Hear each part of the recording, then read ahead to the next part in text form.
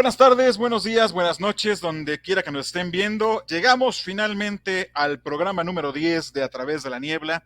Y la promesa es que cada 10 programas hablemos de un tema que haga que se les caigan los calzones, que les dé dolor en la vesícula, ¿no? Que me saque una piedra del riñón, ¿no? Hasta la buena. Sí, ¿no? Y bueno, principalmente que sea un programa que cause polémica. Señor Raúl Lara. Hola, ¿qué tal? Buenas tardes. Igual y no los sugestiones, güey. ¿Qué tal que ya están esperando a querer suicidarse por lo que vamos a hablar y a la mera hora no pasa nada y ya no nos van a creer nada después? No, yo sí creo que este programa va a haber gente que no le va a gustar. Pero bueno, Mario, ¿cómo estás? Bien, ¿qué tal, Raúl? ¿Qué tal, José? Buenas tardes. Bien, como dices, es un tema, yo digo que no es que les vaya a gustar, pero simplemente es un tema sensible porque puede no gustarte algo y no haces escándalo, ¿no? Una persona pensante puedes estar hablando de lo que tú crees, en contra de lo que tú crees y no haces escándalo. Si dejas que te hiera la sensibilidad, entonces se me hace que no eres tan inteligente. Decía Doctor House, ¿no? No se puede razonar con personas religiosas, porque si Pues es que ellos no usan la razón, no ellos serían usan religiosas, la fe. ¿no? Sí, ellos usan la fe. Así es. Bueno, pues advertencia, en este programa vamos a hablar sobre cristianismo, como dice el título, y pues sí está para sensibilidades, ¿no? Va a ser difícil para algunas sensibilidades. Nos vamos a enfocar en datos históricos, ¿sí? En investigaciones históricas. Esto es algo bien importante. No, personalmente creo que ni a mí, ni a Raúl, ni a Mario les importa poner en tela de juicio, ¿no? La divinidad de Jesús desde el punto de vista de querer vencer eso en la mente de las personas, sino hacer un análisis de la cualidad histórica, ¿no? De los materiales que hay y desde nuestra propia razón el poder presentar nuestras dudas y que afortunadamente creo que ha habido a través de los años, muchísima literatura sobre este tema, así es que, pero si usted es un cristiano cuyas creencias le hacen pensar que dudar del Jesús histórico, ¿no? Y de la cuestión divina le causa algunos problemas, pues mejor cámbiele, ¿no? Váyase a confesar si es católico, ¿no? O vaya al ministerio de alabanza a echarse 2 horas para purificar su pecado por habernos escuchado en algún momento. ¿Correcto? Bien, en primer lugar hay que aclarar algo que pareciera que a mucha gente se le olvida. Jesús, diría Ríos, alias el Cristo, ¿no? Era judío. Ahí viene el primer madrazo, ¿no? Era judío y era judío practicante. Es que antes de él no existían los cristianos. No, y vamos a entrarle ahorita vamos a llegar al punto de definir lo que es Cristo, ¿no? Esta palabrita y el cristianismo en sí. Pero el primer punto y bien importante es que Jesús ben Yosef, ¿no? Era judío y era un judío practicante. Voy a cambiarme de red, vengo rápido, espérame. Sí, córrele. Sí. Síguele. Ahorita tú síguele. Que yo sigo grabando, tú no te preocupes, si la gente sigue escuchando. Sí. Tan es así que en aquella época se le conocía como rabí, ¿no? O sea, maestro. Significa que era un judío practicante y conocedor de la Torá, conocedor de las leyes, ¿no? Circunciso, ¿no? Incluso nos cuentan, ¿no? En el Nuevo Testamento nos cuentan que lo llevaron al templo a que le cortaran el prepucio. Esto tenía el pacto hecho como lo tiene todo el pueblo de Israel, ¿no? Entonces, es el primer dato bien importante. Jesús era un practicante del judaísmo. Eso en primer lugar. Otra cuestión que puede chocar mucho con la idea o con la mentalidad de las personas es que la imagen que tenemos de este Jesús que aparece en los cuadros, en las iglesias, pues está muy lejos de poder ser o de corresponder a la realidad del Jesús histórico, ¿no? Yo quiero pensar que muchas personas no le podrían rezar a un tipo prieto tal vez, o chaparrón, o con cara de musulmán, por dar una imagen. Eso. Por dar una imagen. A un tipo así porque está bien pinche feo, ¿no? Y cómo va a hacer milagros al Hijo de Dios un tipo con estas características. Porque la genética, la fisiología que nos han pintado del Jesús histórico, del Jesús religioso, mejor dicho, pues dista mucho de ser la del Jesús histórico, ¿no? Que bueno, que tampoco lo sabemos, porque incluso hay teorías que dicen que Jesús era hijo de un militar romano, ¿no? Pues fíjate los romanos sí tenían otra genética que los judíos medio orientales en esa época. Más o menos, porque tomemos en cuenta que los romanos pertenecen a la raza mediterránea, ¿no? Realmente, cuando son los salvajes del norte, ¿no? Germanos, francos, galos, los godos, godos, ostrogodos, que empiezan a invadir Italia, se empieza a dar esta combinación y empiezan a salir rubios. Pero ¿no? Eso fue hasta 200 años después. Exactamente, estamos hablando que propiamente los romanos de aquella época también eran mediterráneos, o sea, no eran güero de ojo verde, ¿no? Eran más apiñonados, pero definitivamente no tenían rasgos árabes. No, pero tampoco tenían ojo azul y pelo rubio largo. Sí, claro, no para nada. Bueno, pero es que incluso hasta ponte a ver ahorita ya por el mestizaje que tenemos con todo y que llegaron los españoles aquí a invadir a México. Si te pones tú a ver muchas de las facciones, incluso hasta los mismos misioneros en las iglesias cristianas que mandan a Medio Oriente, casi todos son de aquí de México, porque dicen que por el tipo de facciones se mimetizan más con el pueblo, con los pueblos árabes, y no es tan difícil que vayan ellos a esparcir la palabra del reino de Dios. Sí, pero tierras, fíjate, ¿no? Hasta cuándo fue tan así que aquí en México tuvieron que crear a la Virgen de Guadalupe para que pudiera penetrar más en el pueblo de la Nueva España en ese entonces, porque no estaba permeando tanto la religión católica como estaba permeando en otras partes del mundo conforme lo iban conquistando. En México, los nativos de aquí, de esta zona del mundo, se resistían bastante más. Por eso fue que dijeron, tenemos que crearles una figura a su imagen y semejanza, y crearon a la Virgen de Guadalupe. Claro. Pues más que crearla, como que nada más le cambiaron el nombre, ¿no? La mexicanizaron, porque sí es morena. O sea, tú ve el lienzo y es morena. O sea, es una... Y tú ve a la María original, sin que tenga un segundo nombre, sin ser María de Guadalupe, que es el nombre real de la Virgen de Guadalupe. Cuando solo es María, es güerita y ojo verde como su hijo, que también eso es otra cosa, porque te pones a pensar, y María tampoco pudo haber sido güera y ojo verde si era judía practicante de la zona mediterránea. Sí. De hecho, ese es un buen tema para el 20. El primero. la mujer virgen, sí, que se veneraba en todas las religiones, ¿no? Ahora bien, viene el siguiente problema, ¿no? ¿Por qué los evangelistas, suponiendo que hayan convivido con él, ¿por qué ninguno puso una descripción, ¿no? ¿Por qué ninguno puso una descripción física de alguien con el que convivieron, ¿no? Al que vieron todos los días? Pues supongo que no era tan necesario, a mi parecer, no era tan necesario en ese entonces. Es como cuando tú hablas de tus compas, güey, que estás diciendo, no, es que el otro día, muy localmente, ¿no? No, es que fíjate que cuando me fui con el loco, que me fui con el gordo, que me fui con el Miyagi. Normalmente tú platicas esas historias con gente ajena y no, lo que menos te dicen es, ¿y cómo es este güey? ¿Era chaparrito? ¿Era alto? ¿Es güero? O sea, tú vas soltando la narrativa de tu briaguez en ese momento. Y es todo lo que importa, ¿no? O sea, supongo yo que eso fue lo que les pasó. Ellos dijeron, vamos a narrar la historia y pues a todo el mundo se lo... Yo te voy a ampliar un poquito esa teoría, que si bien Raúl tiene certeza, ponte a pensar los siglos y siglos, que ya son milenios, de distorsión histórica. Claro. Que ha habido, que de entrada, hace 2000 años, la práctica de la escritura no era nada común. Era del menos del 1% de la población sabía escribir, y de ese 1%, el 1% se dedicaba a recopilar información, plasmarla, escribirla para la posteridad. No era la costumbre, no se tenía esa costumbre como se tiene ahora. Entonces, si de por sí era difícil encontrar a alguien que supiera escribir, pues menos, y costaba un huevo escribir, para empezar, no tenías una computadora, no tenías una máquina, etcétera.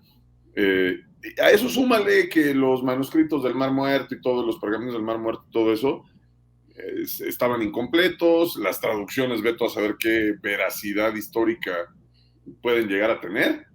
Ahora, entonces, súmale a lo que está diciendo Raúl, que también la descripción, si hoy, 2000 años después, no solemos describir tanto un acontecimiento, una reunión o algo, una historia, pues imagínate.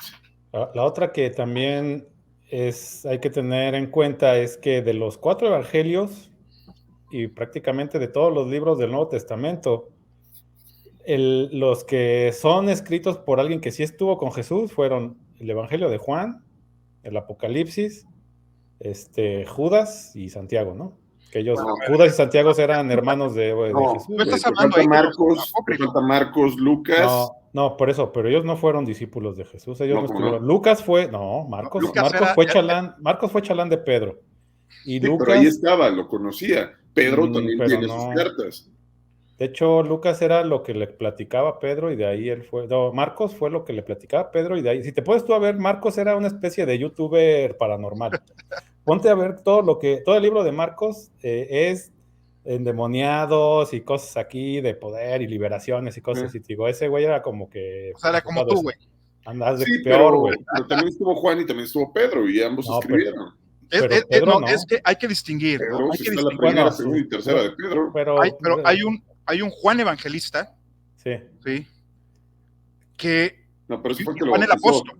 Y Juan el Apóstol, ¿no? Sí, no. Juan el Apóstol fue el que escribió la primera, la segunda y la tercera de Juan y el Apocalipsis. Ahora bien, aquí hay que aclarar algo, ¿no? Recordemos que hay un evangelio que se le conoce como Q, ¿sí? Hay un chingo. No, este se le conoce como Q, ¿sí? Que significa Coel o Coele, ¿sí? Que significa que es la fuente, ¿sí? A partir de esta fuente se crean los demás evangelios, ¿sí? Si nosotros tomamos en cuenta la cantidad, ¿sí? La cantidad de, ¿cómo se diría? Versos, ¿no? Que sean tomado de Q, ¿no? Uh-huh.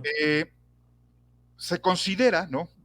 Que Q es el que está atrás de la versión, por lo menos, del Evangelio de Mateo y de Lucas, ¿no? Y bueno, este Evangelio Q es propiamente el texto de Marcos, ¿correcto? Uh-huh. Uh-huh.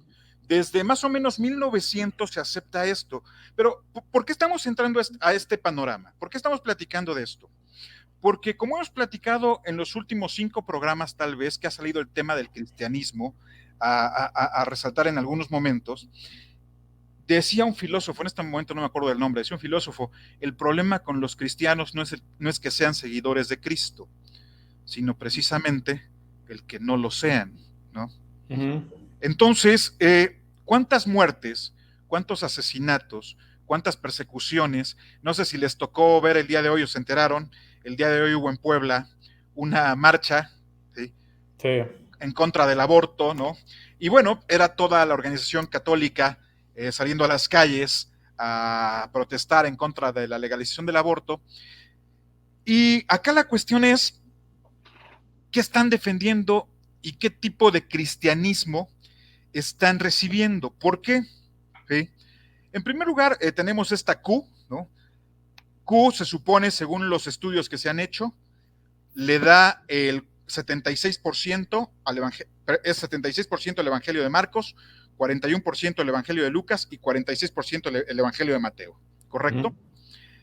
Pero, propiamente, ¿qué cristianismo hemos recibido? Si tomamos en cuenta que, basándonos en la propia Biblia, en el Nuevo Testamento, ¿no? El primer cisma de la iglesia, la primera ruptura, se da, ahí ustedes me podrán recordar, no sé si es el 70 o el 50, ¿sí? Cuando... Sí. Pero es que espérame, para esa aguas con lo que vamos a decir ahorita, porque hay que ser muy puntuales. Para el año 50 o 70 de nuestra era, como tal, no existía la iglesia cristiana.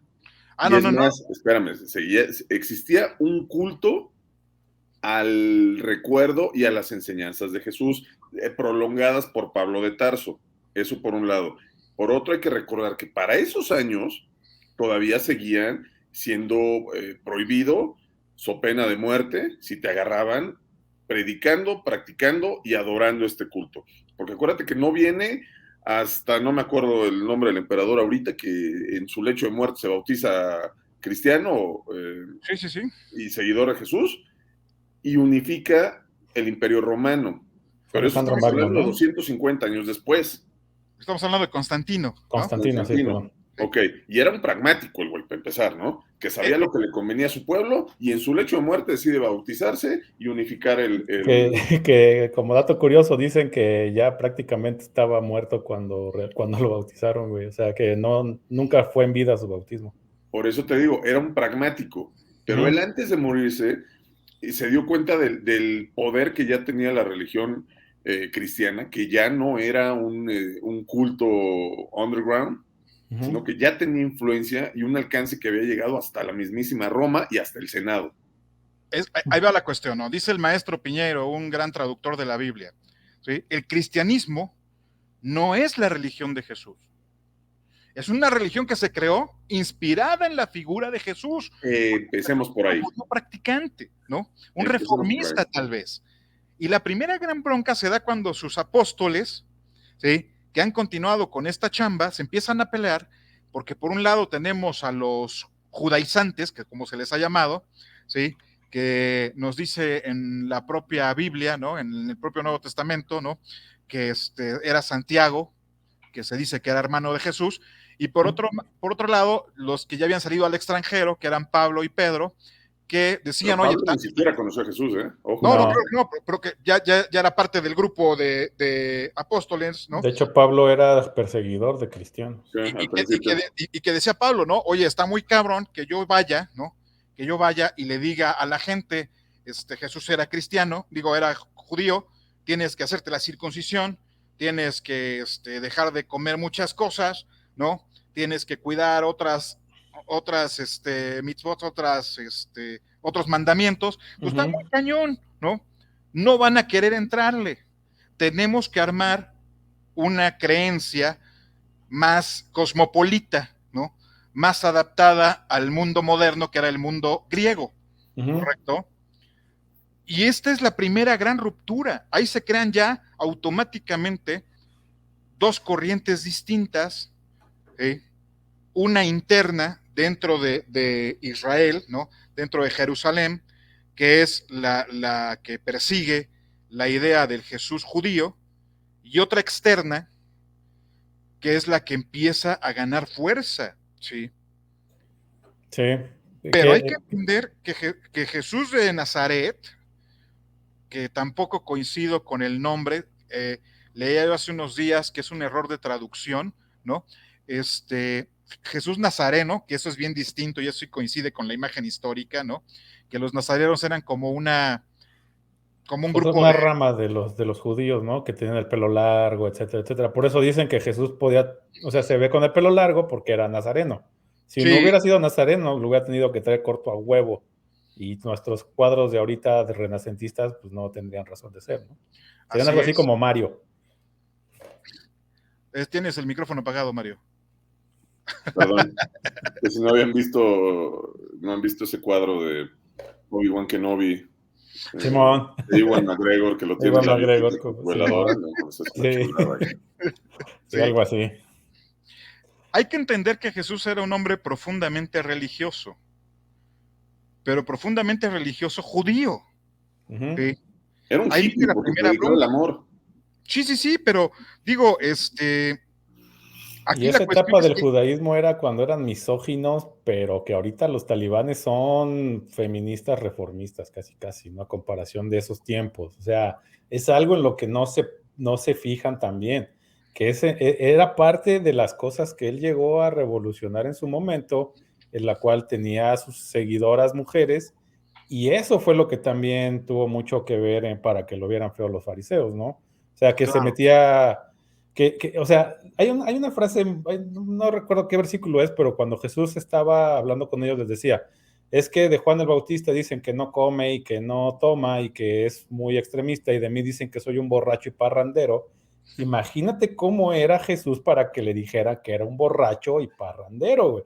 O sea, eso también es para que se pongan a pensar en las cosas que él andaba metido y las cosas que él estaba demostrando, que no necesariamente era un santo, sino que no, él no se veía como un santo, sino que él se veía como un hombre que estaba demostrando y que estaba enseñando una forma de una enseñanza que ha estado por milenios, y te pones a ver otros pueblos, es la misma enseñanza de una u otra forma, y eso fue lo que él vino a demostrar. O sea, básicamente Jesús, lo que él demostró físicamente, es lo que todos debemos de trabajar internamente.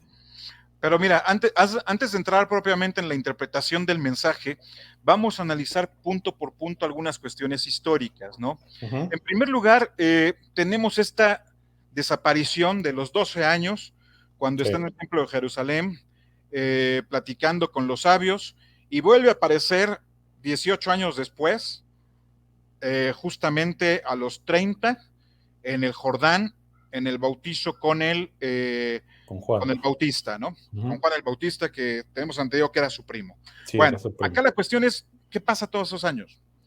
¿Por qué sus evangelistas, sus historiadores, sus biógrafos se desaparecen estos 18 años de historia? ¿Qué es lo que ocurre? ¿Con qué llenamos ese vacío? Pues es que es básicamente la manera en la que él aprendió todo esto, ¿no? Ahí vamos a las teorías, ¿sí? Es una realidad incómoda, güey. ¿Por qué? Porque entonces estarías tú entrando a las doctrinas o a las enseñanzas que ahorita estás diciendo que son del diablo y que te van a llevar al infierno, porque son cosas que van en contra de lo que está en la Biblia como tal, y que incluso hasta en la misma Biblia son esos huecos que tú, como persona que estás buscando algo, llega un momento en que dices, cabrón, ¿y esto cómo es? Y la respuesta más típica de eso es, no, es que esas cosas son muy delicadas y eso no cualquiera, ¿no? Entonces... Es teología avanzada. Exacto, güey. O sea, si no estás tú como seminarista, porque si no, te puedes volver loco. Exacto, bueno, güey. O sea, acá la cuestión es que a finales de 1800, del siglo XIX, ¿no? Un aristócrata ruso, Nicolás Notovich, que andaba por ahí del Tíbet, ¿no? Andaba haciendo una exploración, tiene un accidente en las montañas y, bueno, busca refugio en un monasterio, y el lama de ese monasterio le presenta el libro de la vida de San Isa, el mejor de los hijos de los hombres, ¿correcto? Y de repente, Notovich encuentra, gracias a la traducción que va realizando del texto, que pues propiamente habla, ¿no? Habla de la vida de Jesús, ¿sí? Sería la vida de Jesús, y menciona no solamente que Jesús estuvo en el Tíbet en estos años perdidos, sino algo bien crítico, ¿no? Que una vez terminada su epopeya de profeta en Israel, fue a vivir y a morir en la India, ¿no? Hay unos que dicen que hasta Japón, ¿eh? También, fíjate que esa no la conocía y acabo de encontré esta semana esta nueva versión de que incluso llegó hasta Japón, ¿eh?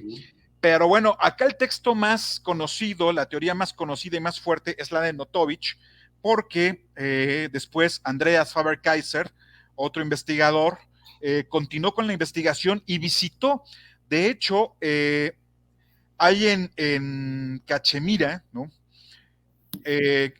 Andreas Faber-Kaiser hace de nuevo una revisión de los escritos de Notovich y viaja a la India y descubre, ¿no?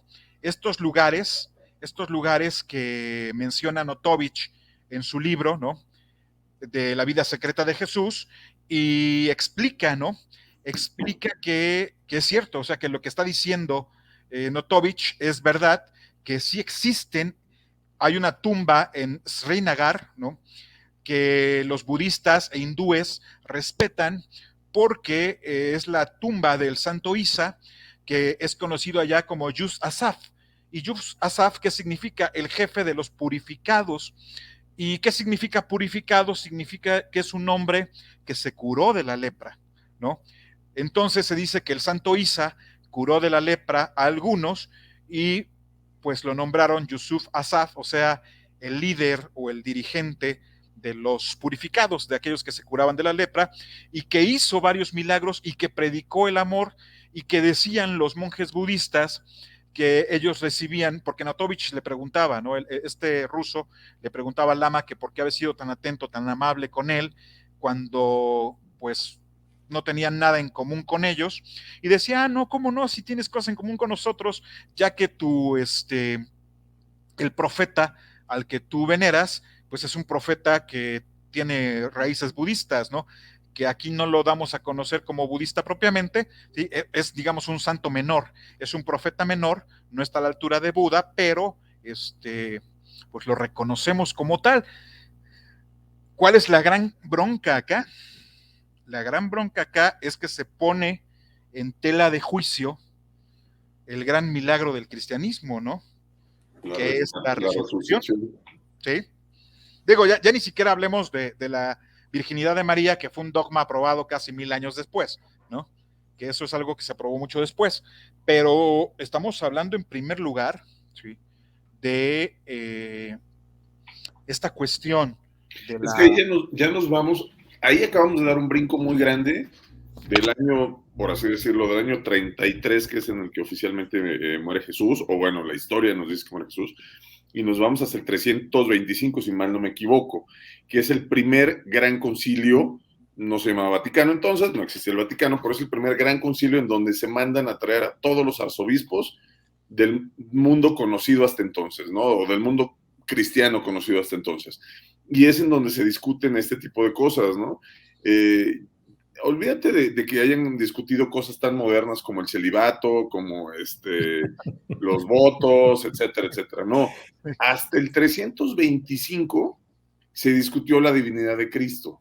Así es. O sea, entonces estás hablando de que los primeros 300 años todo el mundo decía, bueno, Jesús fue un gran maestro, un gran profeta, el Hijo de Dios porque tenía estas habilidades sanadoras, capacidades, etcétera, etcétera.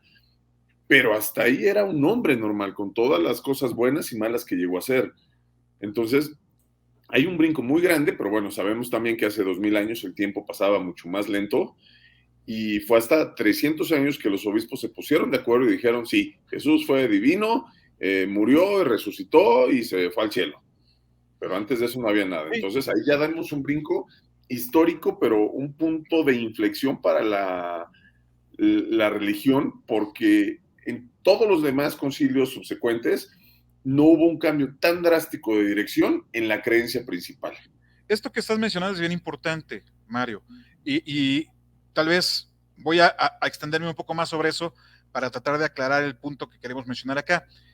Esta visión de Jesús como un ente divino propiamente es una invención humana, sí. ¿no?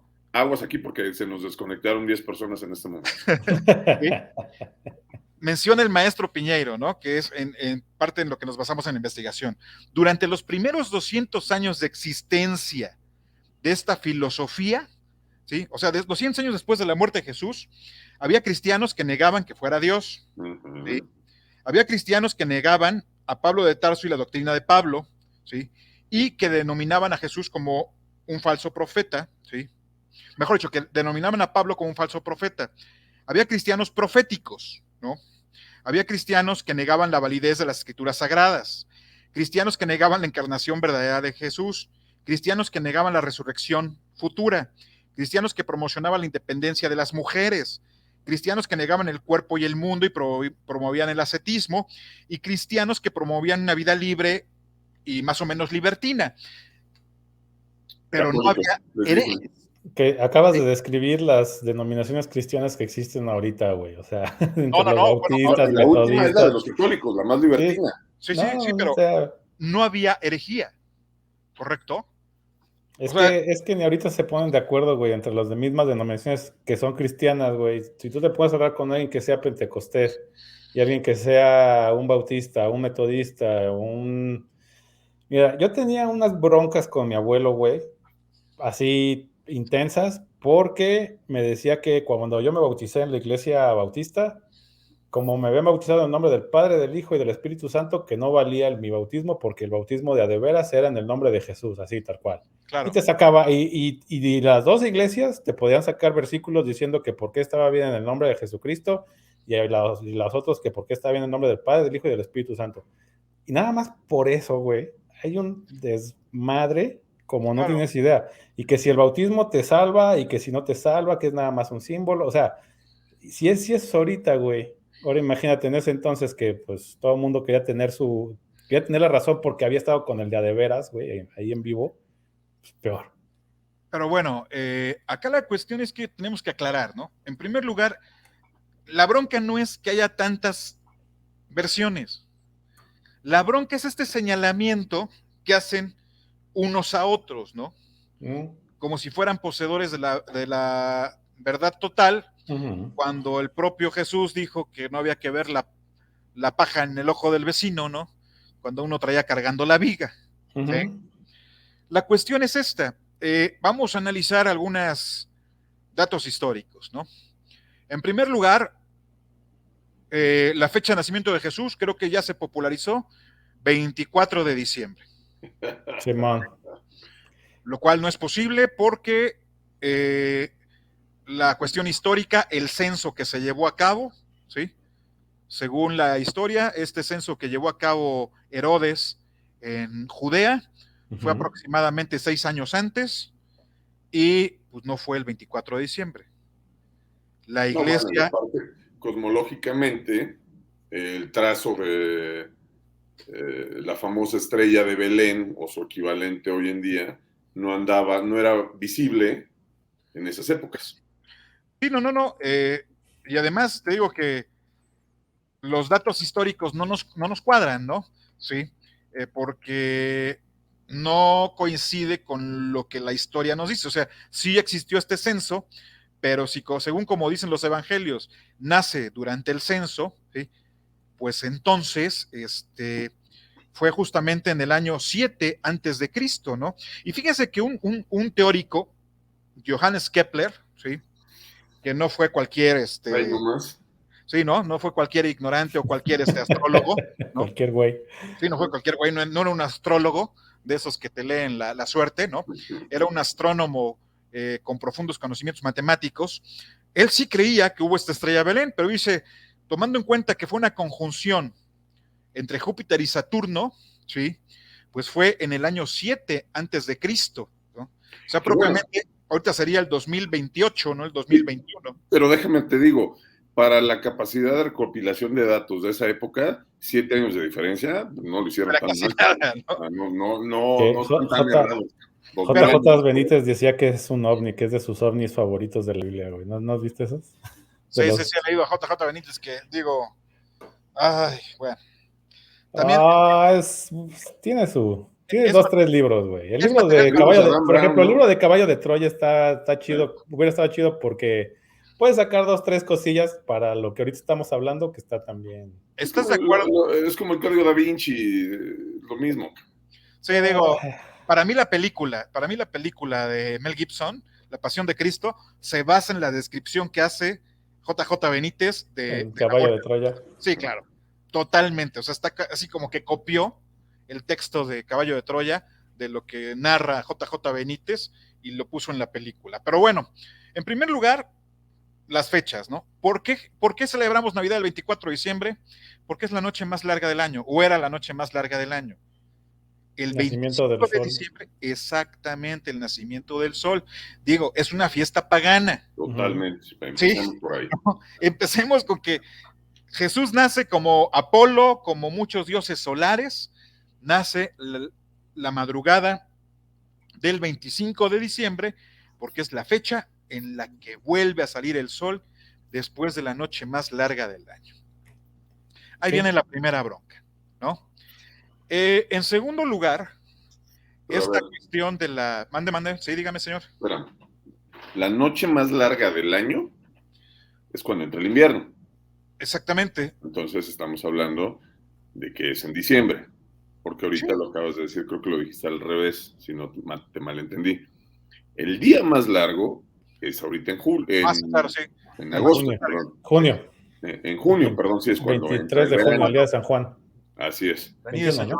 La noche más larga, que dura más que el día, es el 23 de diciembre, 23 para 24, vamos. Bueno, está programada más o menos en esa fecha, pero la idea era coincidir esta cuestión astrológica propiamente, ¿no? Este fenómeno en el que una noche larga celebran los paganos el nacimiento del sol y todo lo que conlleva, ¿no? Ahora bien, ese es el primer punto. El segundo punto, ¿cuántos dioses nacen de una virgen? Sí. Y digo, acá tenemos a Huitzilopochtli, ¿eh? Está Osiris, está... Lo que pasa es que es la representación de la pureza. O sea, no es que sea coincidencia, vamos. Pero digo, entendamos entonces que esta cuestión de la concepción, de la Inmaculada Concepción, ¿sí? Está basada propiamente en una cuestión simbólica. Y de origen pagano.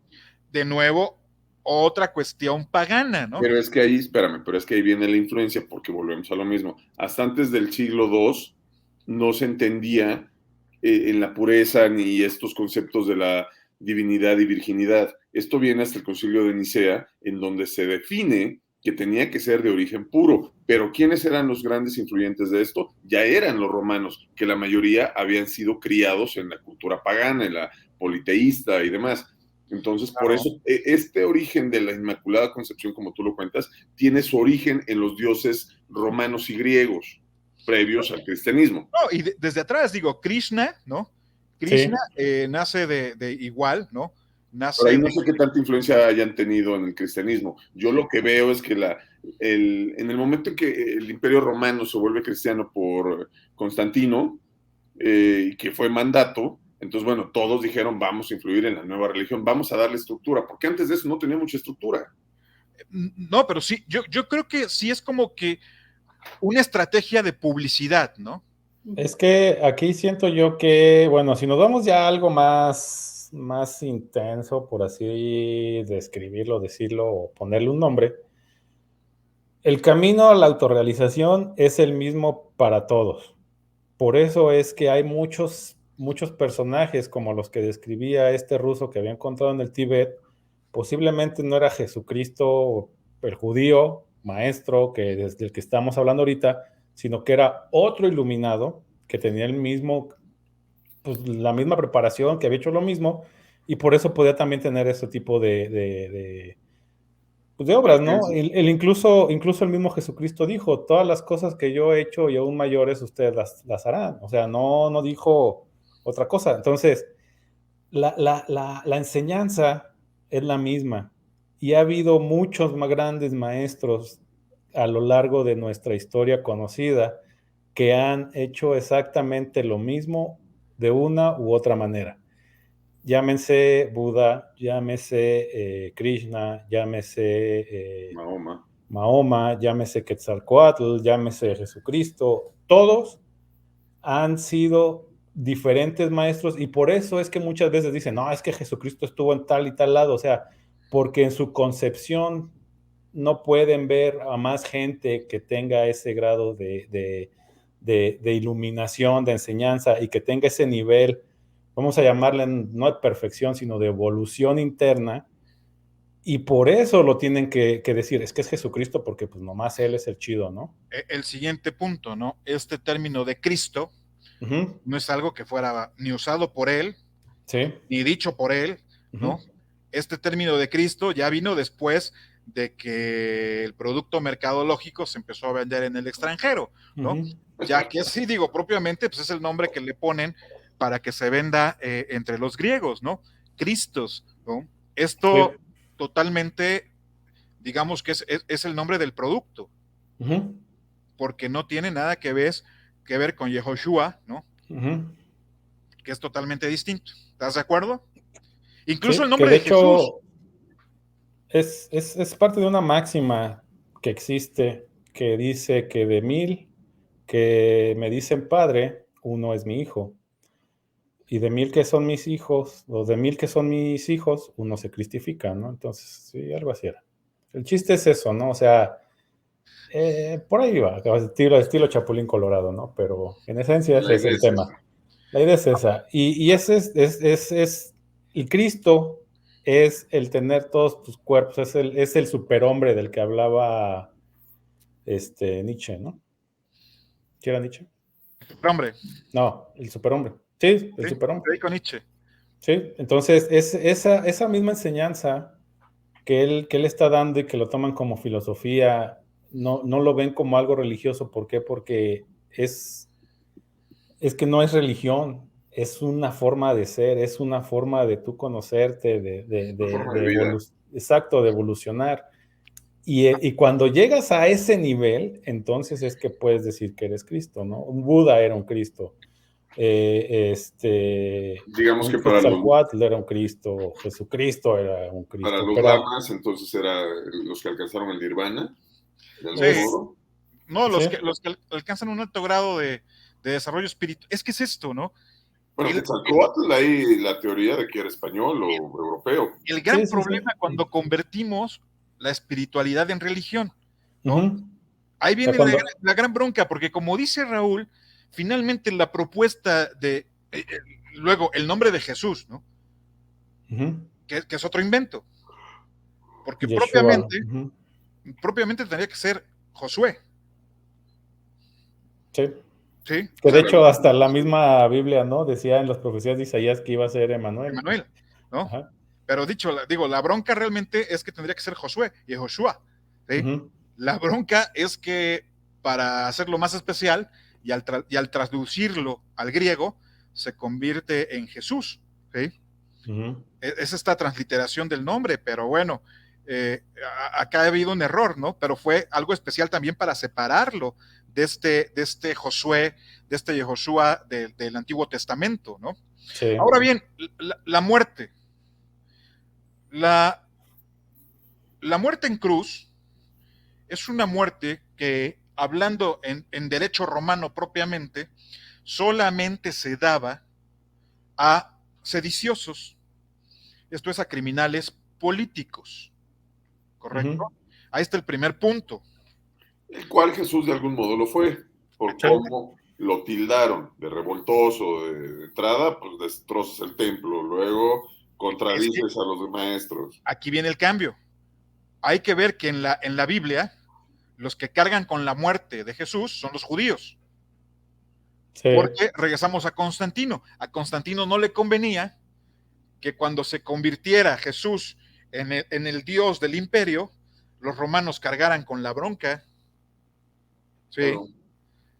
Digo, lo vamos a convertir en el Dios del imperio si lo matamos nosotros. Fueron ¿sí? Pues sí, bueno, es como, sí. Diría mi papá, cada quien se agarra a sus pendejos, ¿no? ¿Y qué dijeron? Pues la cargamos a los judíos. ¿Por qué? Pues porque era de ese pueblo. Y también tenían con qué, ¿no? O sea, tenían manera de, pues eran bien pinches fanáticos religiosos. Judíos, había muchos líderes judíos que no lo querían, que estaban en contra de él y lo entregaron, ¿no? Y eso sí está registrado. No, además nos dice el propio Nuevo Testamento, ¿no? Jesús impide que lapiden a la mujer adúltera. Pero él también lo pudieron haber matado por herejía. Sí. Por blasfemia. Digo, no tenían bronca para matarlo por blasfemia. No, porque lo dijo, yo soy el Hijo de Dios. Con eso bastaba. Era blasfemia. Sí, claro, por supuesto. Sin embargo, quienes lo matan son los romanos. Claro. Que lo crucifican. Y nos dice el texto, ¿sí? Lo matan entre dos ladrones. Eso te iba a decir, entonces tampoco hay coherencia en que si la crucifixión era para los sediciosos, ¿por qué están dos ladrones junto a él? No, si hay coherencia, y te voy a decir por qué. Porque hay una bronca de traducción. Se metieron a robar al banco del César. El término era celota. ¿Sí? El término era celota.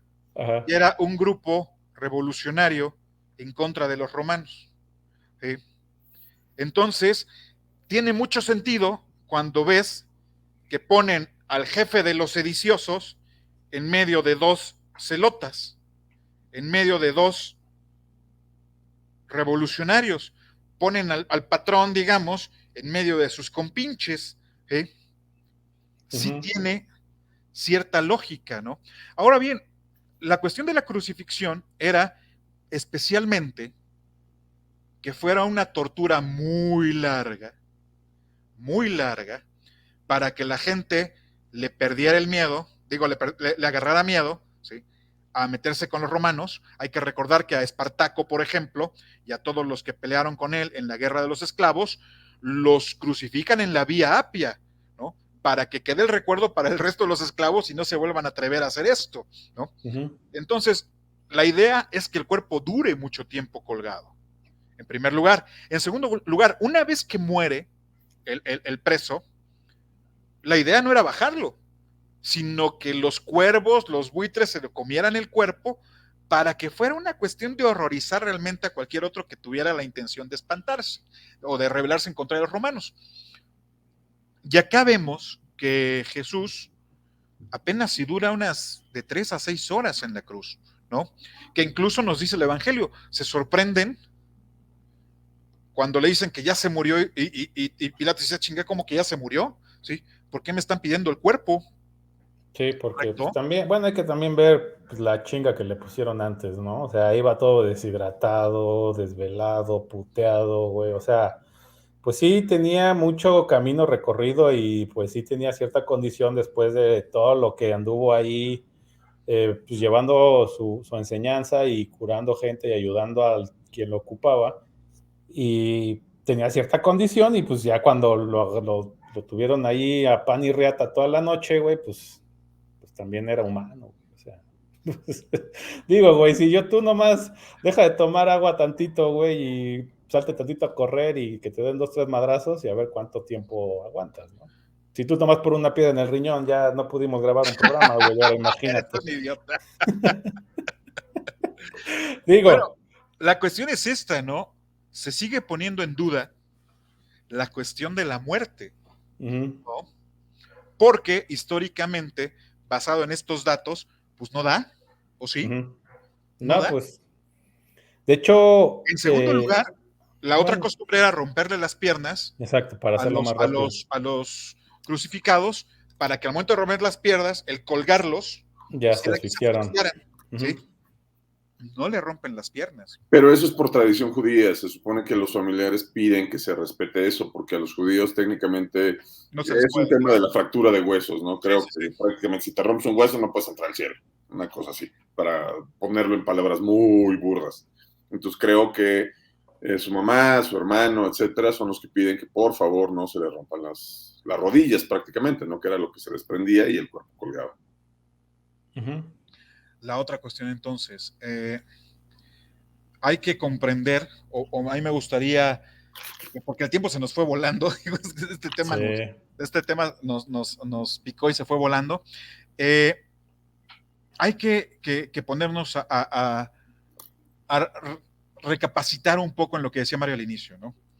Durante los primeros 200, 300 años de esta nueva filosofía, que no era todavía una religión, ¿sí?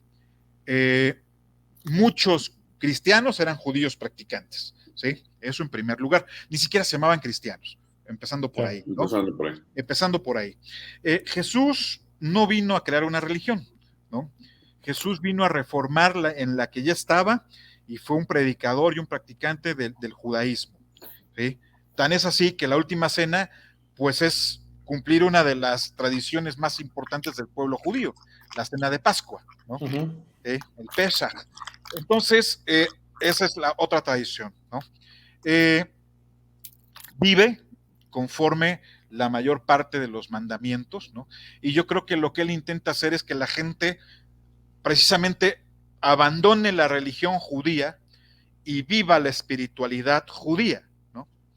Más que abandonar la religión, más que crear una religión. Oye, pues esto es una filosofía de vida, ¿no?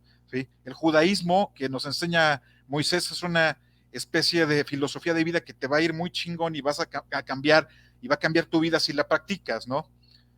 No se trata de que sea el miedo y el castigo y la culpa la que iban sobre ti, ¿sí? Y te vivas condicionado con base a esto, sino que vivas libremente, feliz, al entrar la conciencia de que el cambiar de dentro hacia afuera va a cambiar tu entorno y propiamente vives a Dios cuando tú cambias tu entorno, ¿no? vives Sí. en paz, vives chingón, vives en armonía. El cristianismo que vivimos actualmente es el cristianismo que ganó entre muchas batallas. Es un cristianismo principalmente inventado por Claro. Pablo de Tarso. Realmente Sí, debería ser el paulinismo. ¿Sí? Sí, Sí, esto debería ser un paulinismo, no un cristianismo. sí. tal, Tal cual. Fue la pelea entre Pablo y Pedro, ¿no? es Que que Pedro ahí era fue, demasiado judío y judío, vamos a decirle que ya estaba más arraigado, como buen pescador que era. Y Pablo, pues al haber sido fariseo, como que conocía todas estas leyes y fue el que hasta cierto punto era el que pues, les decía, ok, vamos a tiene que ser así, así, así, así, así, ¿no? Pedro era una persona del pueblo que decía, no, güey, es que el maestro decía así, no, ni madre, la ley dice acá, acá, acá. Entonces, esa era la lucha, ¿no? De Claro. entre la libertad y las reglas, sí, pero seguirlas ahí como tal. es por dos cosas. La primera, como tú lo acabas de decir, Pedro venía del pueblo. Sí. No se sabe si sabía escribir al principio. Eventualmente se supone que sí, porque deja cartas escritas. Hay, Eh, tengo dudas, pero bueno. pero su educación no era ni remotamente parecida a la educación que recibió Pablo. Pablo de entrada tenía la ciudadanía romana y eso no era cualquier cosa en esos años. Ser ciudadano de Roma era ser ciudadano del mundo y para eso tenías que cumplir ciertos estándares. No bastaba con haber nacido en Roma. Entonces, obviamente, más allá de la cultura que tenía Pablo, como dice mi madre, lo leído y lo escribido no se lo quitaba a nadie, pero también lo viajado. Él entendió cómo fue desarrollando, cómo fue permeando la influencia de Jesús desde Jerusalén hasta Roma, porque él hizo este recorrido más de 2 veces. Entonces, uno, como bien dices, uno son las reglas de la antigüita y el otro es el gran reformador, ¿no? O más bien el recopilador de reglas y el que estructuró el cristianismo como conocemos hoy en día empezó siendo Pablo. Obviamente de ahí derivó de muchas otras cosas hasta empezar por el primer concilio, como dicen, del otoño del 50, 51 por ahí, encabezado todavía por Pedro.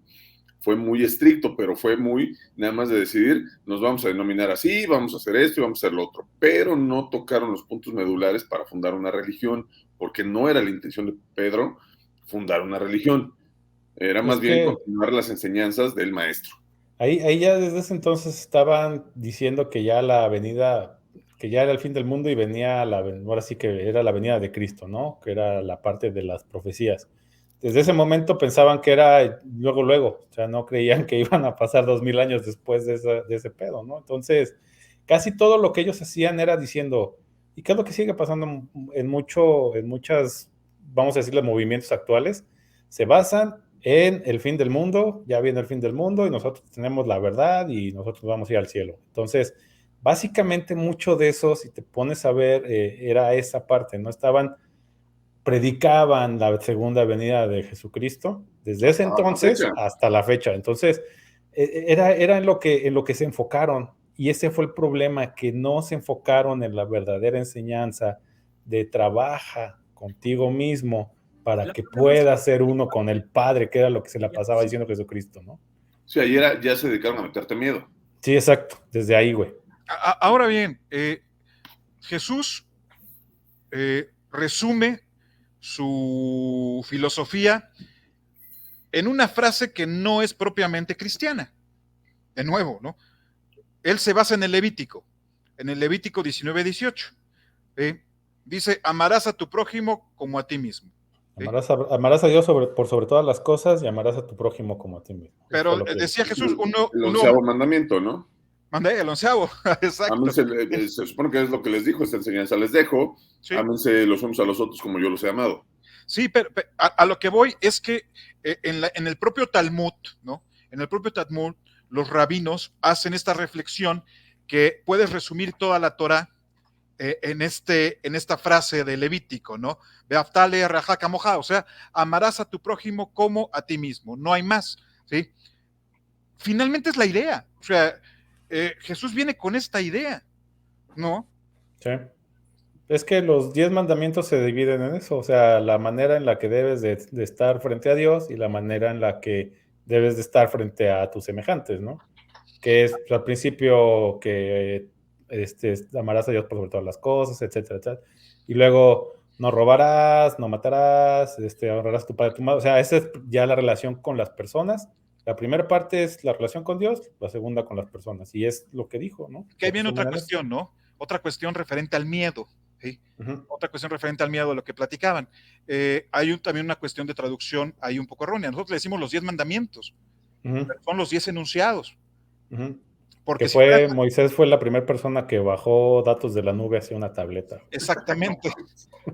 Porque si fueran mandamientos, se estaría rompiendo el libre albedrío, ¿no? Sí, exacto. No son mandamientos, hay una cuestión de traducción y de nuevo de coerción, ¿no? Son los 10 enunciados, ¿sí? Pero 10 recomendaciones. Sí, las 10 recomendaciones, las 10 sugerencias, si las quieres ver, pero no son mandamientos, ¿eh? Sí. Hay también una cuestión de error de traducción, como muchas otras. Pero bueno, Mario, tu conclusión, por favor. Mira, yo realmente lo que creo, a pesar de que sigues diciendo que soy ateo, pero no es cierto, yo sí creo que existió alguien de algún nombre, a la fecha le llamamos Jesús, y creo que fue un chingonazo, que fue un hippie que predicaba el amor, vestía sandalias, tomaba vino, se llevaba fumó mota porque no había. No fumó mota porque no había. Sí, se llevaba con putas, con ladrones, con pura gente bonita. Sí. Pura gente bonita. Y que la principal enseñanza que quiso dejar, que dejó, que eventualmente se pervirtió, por así decirlo, fue lo que mencionaba Raúl. Es una filosofía de vida, ya no es una religión, nos vino a enseñar una enseñanza, a dejar una enseñanza que te permitía estar bien de entrada contigo mismo, ¿no? Que ya después se divinizó, se intentó meter miedo para que te quieres ir al cielo, entonces arrepiéntete y humíllate y bla, bla, bla. Y da tu diezmo y suelta la lana. Porque el pastor se tiene que comprar un avión nuevo. Eso no puedo. Oye, sí, no tiene madre. No tiene madre. No tiene madre este güey, pero bueno. Yo realmente, yo creo que no existe un cristianismo fallido, porque a últimas, a todos los que han bifurcado o diversificado el cristianismo de algún modo les ha resultado. Como no vamos a saber realmente nunca cuál es el bueno, a menos que te mueras y tengas la conciencia para decir, ¡ay, le atiné, cabrón, qué buen pedo! Pero aún así son demasiadas las ofertas como para que te saques la lotería y decir, yo sigo y este resulta más de 500, bueno. Más de 500. Entonces, yo creo que no hay cristianismos fallidos en ese sentido, ¿no? Porque el cristianismo realmente ya no se enseña como tal lo que Jesús quiso hacer. Creo que hay que rascarle mucho y creo que ya es como decisión personal, iluminación personal y encontrarle y decir, es por aquí. A lo mejor estoy siendo soberbio, a lo mejor si algún cristiano por ahí me está haciendo un soberbio, pero yo a lo que voy es que los dogmas que te enseñan hoy en todas las iglesias que existen,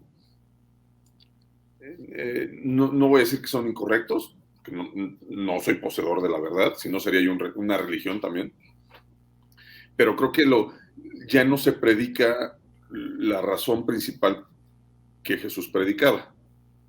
El amor, la compasión, la piedad, la misericordia, el no seas gandalla, el no seas cabrón, pero tampoco te dejes. O sea, ponlas en una mejilla, pero la tercera ya no, porque no tenemos dos mejillas. No tenemos tres. Entonces, no tenemos tres, tenemos dos. Exactamente, si no tendríamos tres mejillas, ¿no? Exacto, así es. Entonces, sí soy de la idea que todo eso ya nos enseña, entonces eso es algo muy personal que hay que rescatarlo, a modo de estar tú tranquilo aquí, si con eso te ganas las 72 vírgenes, o no me acuerdo cuántas eran. De los musulmanes. De los musulmanes, pues ya chingaste, ¿no? Claro. Y si no, cuando menos tu efímera vida en esta tierra te la vas a llevar pues más tranquilo y la gente va a hablar bien de ti con razón y con gusto cuando te hayas ido de aquí. Sí. Sí, Raúl. Pues nada más decirle a todos aquellos que realmente se sientan cristianos, que se observen, que trabajen en ellos mismos y solitas las cosas se van a ir acomodando afuera, ¿no? Primero véanse a ustedes mismos por dentro cómo están. Si tienes problemas de cualquier cosa, el problema no es lo que está enfrente, sino eres tú, ¿no? Entonces, esa es la enseñanza de Jesucristo, ¿no? Trabaja tú eres tu propio templo, tú debes de ser alguien y solito se va a dar todo por afuera, ¿no? No te esfuerces en buscar una verdad, no te esfuerces en buscar la única verdad porque no existe actualmente. Exactamente. Entonces, tú nada más encomiéndate al Padre, como decía Jesucristo, y Él te va a ir dando el camino que debes de tú seguir. Puede ser que esté fuera de lo que crees, puede ser que no, pero entonces tú debes de tener esa convicción de que estás siguiendo precisamente lo que el Padre te está mostrando, que ese es el camino para ser uno con Él. Y ya. Pues bueno, por mi parte, yo creo que a mí me parecería muy cruel, ¿no? Muy cruel que un Dios que es amor hubiera mandado una sola línea de salvación, ¿no? Entonces hubiera solamente una línea que seguir. Yo creo que es posible encontrar la salvación a través de muchas creencias. La que sí creo que es una ley es en cualquiera de las religiones que practiquen o cualquiera de las filosofías, es este respeto y amor al prójimo, ¿no? Esta cuestión terapéutica que decimos a veces, ¿no? Respeto y dignidad, tanto para uno mismo como para el otro. Y en caso de ser cristiano, que yo tuviera que ser cristiano, me basaría en el Evangelio de Tomás, ¿no? Que dice, que menciona frases de Jesús, y hay una que me gusta mucho donde dice Jesús, eh, parte un pedazo de madera y ahí me encontrarás, ¿no?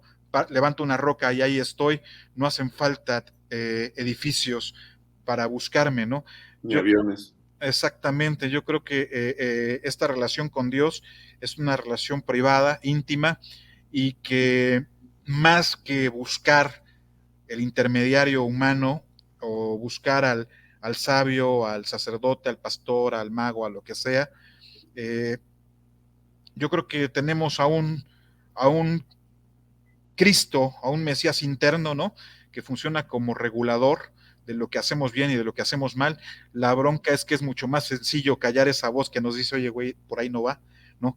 No es así, no es, ¿sí? Y preferimos buscar la expiación a través de cosas más sencillas, ¿no? Voy y doy 10,000 pesos de limosna o trato de compensar cuando ya la cagué, ¿no? Porque hacerle caso a esta voz interna resulta mucho más difícil y requiere más esfuerzo. Pues bueno, señores, muchas gracias. Fue una plática muy agradable, ¿no? Cada día se vuelven más sabrosas estas pláticas, ¿no? Les agradezco mucho su tiempo. Que tengan una muy buena semana también a nuestros radioescuchas. Estamos en redes sociales, Raúl. Sí, estamos Facebook, Twitter, Instagram, como La Niebla Podcast, y ya saben, aquí YouTube. Y también en todas las plataformas de streaming, todas la que sea su favorita, ahí nos van a encontrar. Que compartan, que se suscriban, que invitan a la gente a suscribirse y que nos recomienden si hay algo de lo que quieran hablar con nosotros. Gracias a la gente que nos escribe. Chequé ahí los comentarios de Gloria Vázquez. Gracias por tus comentarios en el último video. De Gandayas Puebla, que nos hace favor de seguirnos. ¿De quién más, Raúl? Josué, ves que se avienta sus ensayos en cada comentario, entonces muchas gracias. Ya no lo he hecho, pero va a estar ocupado. Muchas gracias. ¿Cuándo hay fumada, señor Crespo? El próximo jueves, ¿qué viene siendo? Hoy es 7, ¿no? ¿Es jueves 7? No. Jueves 7, el próximo jueves. Sí, jueves 7. Ok, jueves 7, ¿no? Ahí en Tuzcali, en Avenida Juárez y Boulevard Atlisco, a las 7 de la noche. No es necesario que lleven nada, hay de todo. Más que lleven dinero. Bueno, pues, o tarjeta también. Está bueno. ¿Que lleven con qué? Sí, cuerpomáticos es una chica. Cuerpomático. Lleven su con qué y va a ver por dónde, ¿no? Entonces, ahí los esperamos. Gracias. Bueno, pues esto fue A Través de la Niebla, programa número 10. Gracias porque ya llegamos hasta acá. Hasta luego, señores. Muchas gracias. Está muy bien a todos. Bye. Saludos. Saludos.